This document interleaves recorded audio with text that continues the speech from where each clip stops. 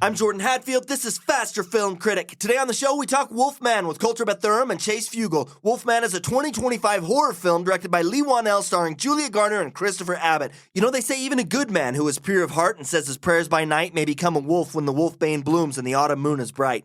God help us. Get in. We're going cinephiling. Faster Film Critic. How you guys doing today? Great. Doing okay. You're hanging in there, Kolter? Yeah, I got Hill's disease.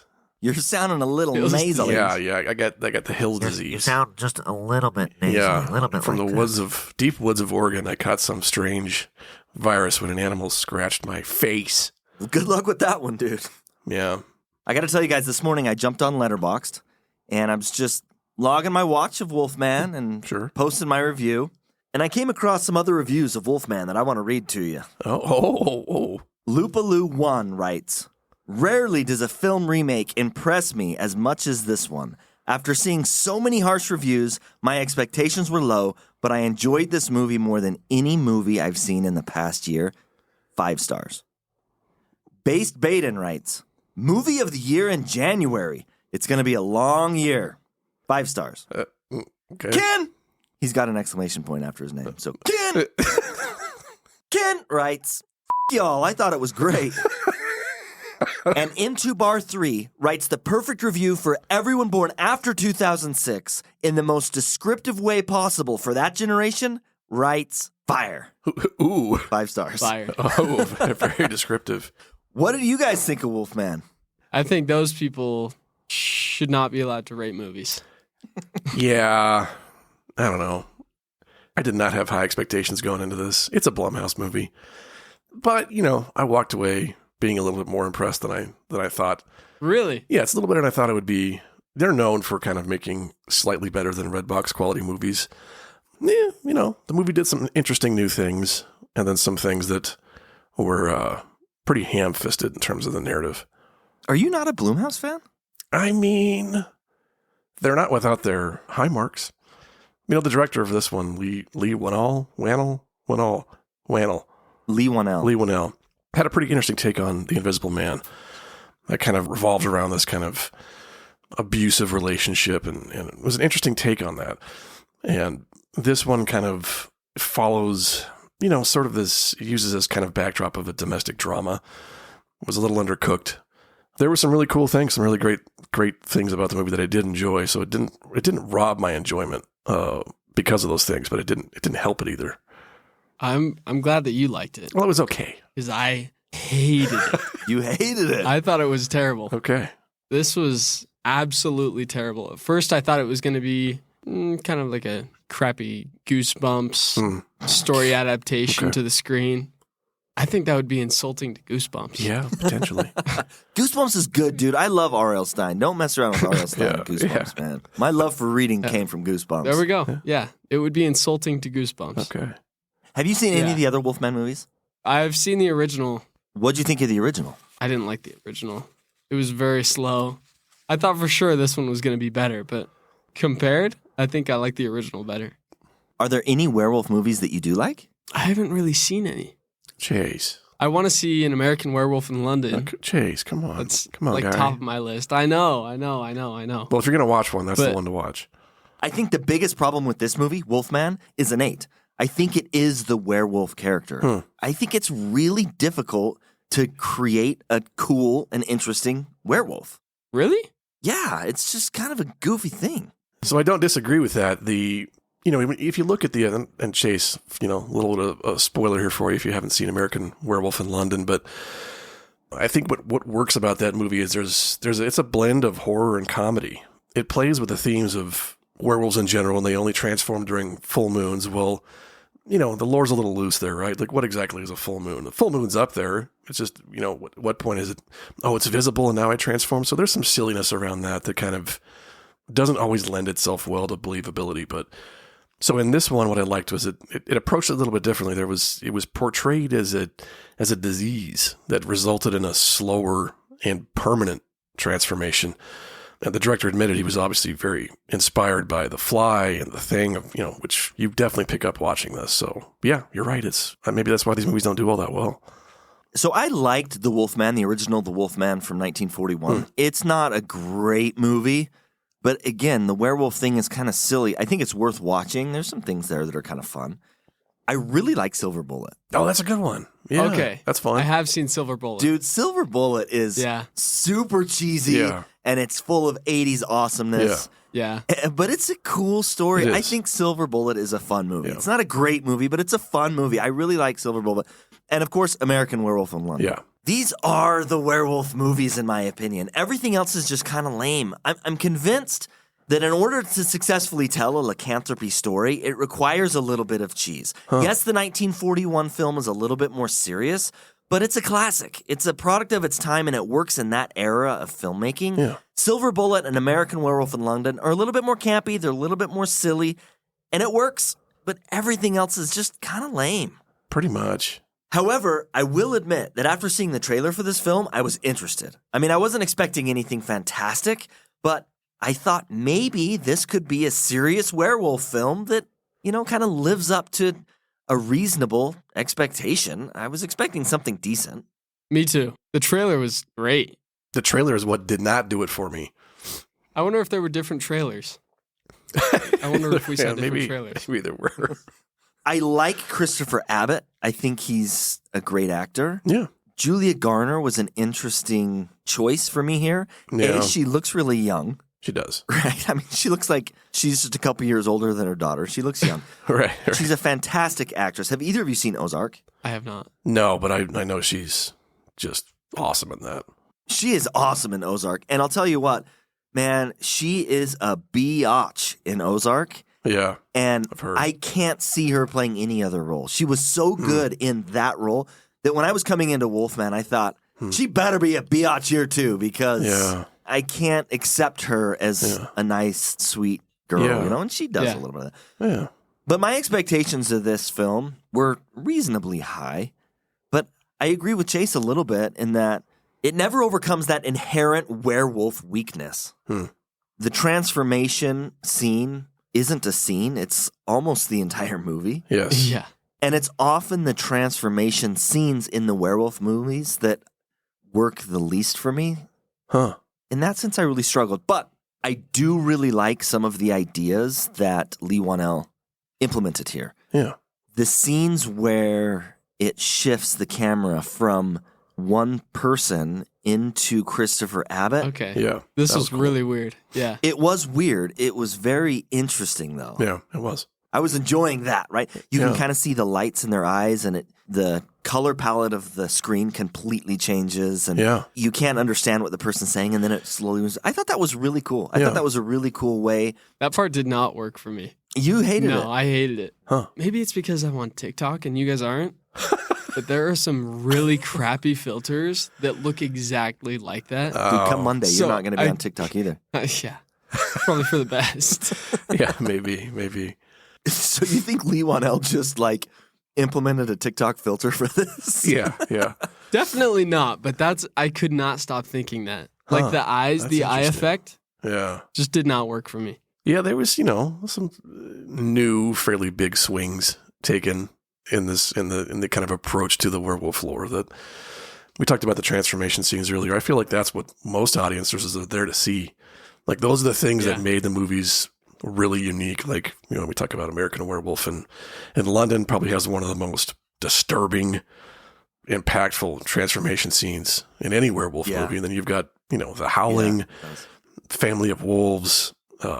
There's even a scene in, what's the one where the kids are living next to a vampire next door?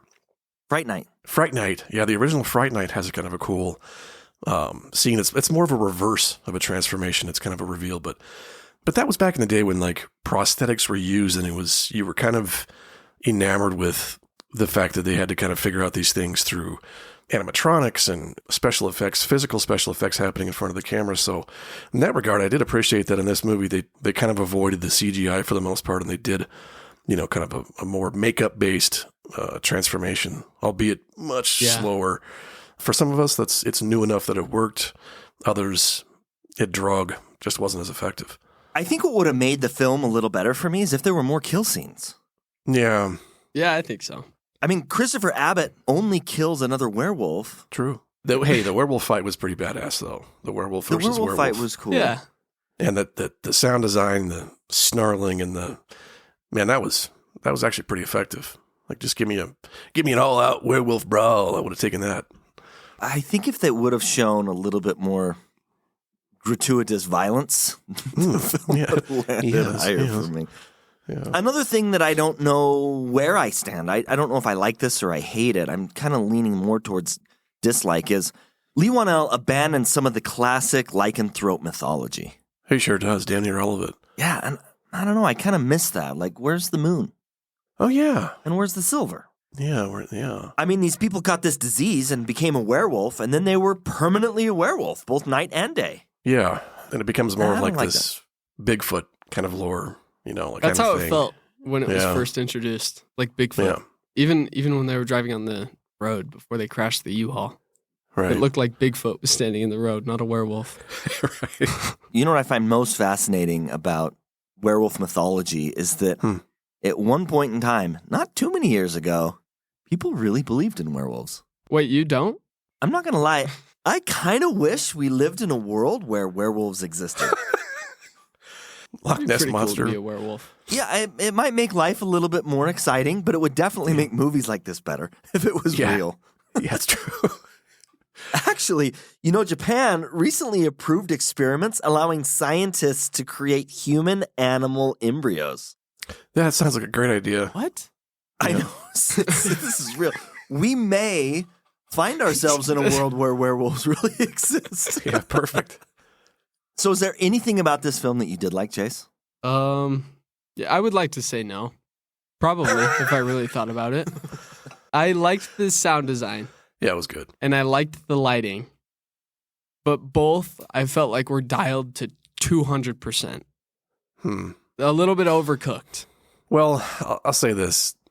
The few jump scares that were in there were actually pretty effective. We talked about they're driving down the road on their U-Haul and they see this thing in the road and freak out. And that whole crash scene was done really cool. I mean, that was like camera inside the cab. The whole thing tips over. We're sliding down the hill with this truck. It felt pretty real, so it was pretty effective there. Some really cool moments where the monster's in the house with them and mother and daughter are kind of moving through. We as an audience see the werewolf kind of in the background, or wolfman, I should say, kind of making its way down the stairs. We see it. The characters don't see it. That stuff is so much more effective to me, I think, than, it's a lot more fun too. Yeah. When we know something that's going on that the characters don't. And it's not as cheap. It has to be more kind of effectively blocked and shot. The themes Most of the of movie the interior lighting, like scenes like that, were great. Yeah. Like it left just enough for the viewer to see. Right. I like the sound design. I thought the sound design was cool. I wouldn't criticize that. There are some scenes in the movie I thought were cool. I already talked about how it kind of changes to Blake's perspective as he's transforming into the Wolfman. There were a couple other scenes, like the spider scene, where Blake hears the noise and it's loud and he goes upstairs and it's a spider. At first I was like, what?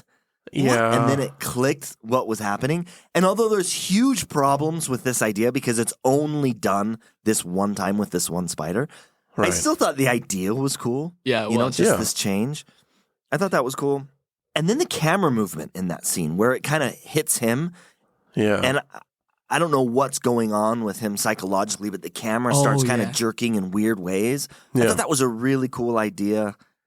His wife was hysterical on the radio.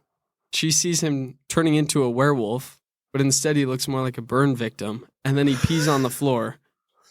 And she just is like, "Oh, I love you so much. Yeah, I love you so much." Some of the Let's get you to dialogue bed, here and honey. the character decisions are weird. Yeah. Just so unnatural and unrealistic. Yeah. And another part that stuck out to me when he's lying on the couch and his wife comes over to him and he writes on the notepad, "Dying." What is that? Yeah. I don't know. That is horrible. And I feel like in the trailer it said changing. I remember a clip from the trailer where it says where they swap, because sometimes they do alternative takes. Did they that do show in that? trailers that don't. Yeah, because I was watching a review after we came back to see the movie last night, and they used a clip, and on the pad it said changing instead of dying. I thought, well, actually, that's more interesting than dying. I also hated that they tried to empower this lady. Like she takes on the role, be independent, Like, we're going to get out of here. We're going to get over this. Sure. I'm going to jump the car. I'm going to get the battery started, Yeah. But she's one of the stupidest people I've ever seen. Like, they try to make her look empowering. Wow, look at this lady. She's saving her family and she cares for her husband. She's jeopardizing all of them. And she can't stop going back to her husband who's going to kill them. Or letting him back in the house when he's like, yep. I'll kind of take that a little bit over just hysterical worthlessness where they're just cowering in the corner going, oh my God, what am I going to do? It's a fine line, right? It's a kind of a combination. Yeah. So it was better that than, because we talked about this in prior episodes where it's like, I can't stand when somebody walks by a knife or a gun and doesn't pick it up and use it to their advantage. So it was funny when she jumps the car or jumps the truck with the battery that she finds. And then I'm thinking, don't leave that thing behind, throw it in the car. And she does exactly that. So I was like, oh, okay, it's, I don't know. I'll take that over cowering in the corner and just being hysterical for the sake of being hysterical. But Do you guys know that Ryan Gosling was originally attached to this film? oh no. Oh, wow. He was set to play Blake, the Wolfman, Mm-mm. and he dropped out in 2023, and there were some problems with production. He dropped out, but Good for him. Not that he wouldn't have been good in this role, but I think Christopher Abbott, I like his look. He's got kind of dark eyes, dark hair. It lends itself well to that kind of, especially as he begins to change. Whereas, I don't know, there's something about Ryan Gosling, I just would have found it a little bit comical, I think. Yeah. to be fair, it was an entirely different script, I believe, entirely different director. It was Derek Clarenfrance who was going to direct. Ryan Gosling had pitched the idea, and he was going to be the Wolfman. So it could have been a very, very different movie. But I do agree with you. Christopher Abbott, his appearance kind of lends itself to this type of role. And during the transformation process, the way they were able to darken his eyes even more and kind of build upon that worked really well. So he is an amazing actor. It wouldn't have been so well if he was so mainstream like Ryan Gosling. True. That's a great point. I'm not going to lie, guys. I would have been interested in seeing Ryan Gosling. Oh, sure. I don't know if I could have taken it serious. I would have been thinking La La Land the whole time. Who knows? Maybe it would have been a romantic werewolf movie. Maybe it would have been a musical. Yeah, there were a couple things I think they could have done to make some of the plot beats just hit a little bit harder. And this whole cutesy, thing where he jokes with her about how she's got psychic powers and she can read his mind. It takes a weird turn where at the end it's like, okay, really? Like, what the hell is this? It's a cheesy setup, and there's lots of that in this movie. The valley. There was a lot. Earlier in the film, Blake is talking to his wife, Charlotte, and says, this valley is beautiful, and it doesn't matter what's happening. When you stand there and look at it, you just have this overwhelming sense that everything's going to be okay. Right. How does the movie end? With her standing there staring at the valley with this overwhelming sense that everything's going to be okay. Right. Like, it's just cheesy setup. Even though her husband's lying dead in the woods after eating half of his own arm and shot in the chest by her. I don't think she liked him anyway. Yeah, there's that. Yeah. Also, I was so confused when they were first riding up to the house and he somehow forgot where he grew up and they ran across that hunter in the woods who's sitting in the deer blind. Yeah. It's daytime. It's bright. But within 5 minutes, it's pitch black. Yeah. It's pitch black. Yeah, movies do that a lot where they speed the time up and hope you don't notice. And then there's that whole thing where big chunk of dialogue where he's kind of lecturing to Blake and his wife that you don't want to be out in these mountains too late after dark, and there's things roaming around in them woods. This is not at all what he sounded like. But cheesy setup. Another cheesy setup. Exactly. So, yeah. At the end of the movie, Charlotte and Ginger are up in this deer blind, and Blake is now fully the wolf, and he's coming up to get them. And as he peers over the edge and he's kind of breathing hard and staring at them, Ginger says to Charlotte, he wants this to be over. Right. And I thought, that's exactly how I'm feeling. Is she referring to me or the Wolfman? I wasn't sure who she was referring to. And I'm still not sure who she was referring to, but the movie's over, so let's rate it. 1 star. Damn. That's it.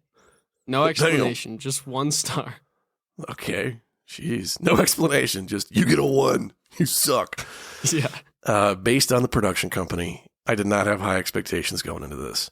There was just enough inventiveness, and I always appreciate when a director, writer, combination thereof, takes some big swings.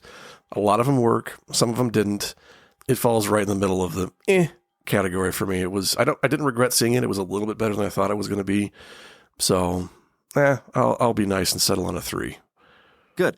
I didn't hate this film. There were some things about the film that I enjoyed.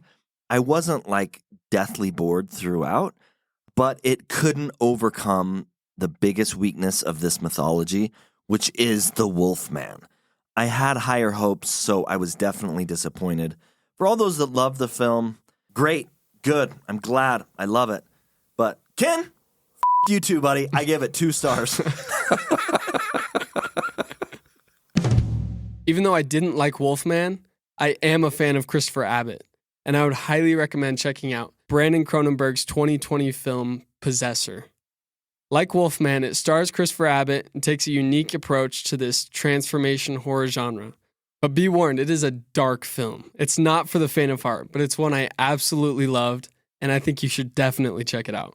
Thank you for listening to Faster Film Critic, and please join us next time when we discuss The Bald Marky Mark in Flight Risk, directed by Mel Gibson. You can also follow us on Letterboxd, Cinetrack, and Instagram. Email us at fasterfilmcritic@gmail.com. Hit us up with questions, comments, feedback, review requests, and please share this episode with your movie-loving friends.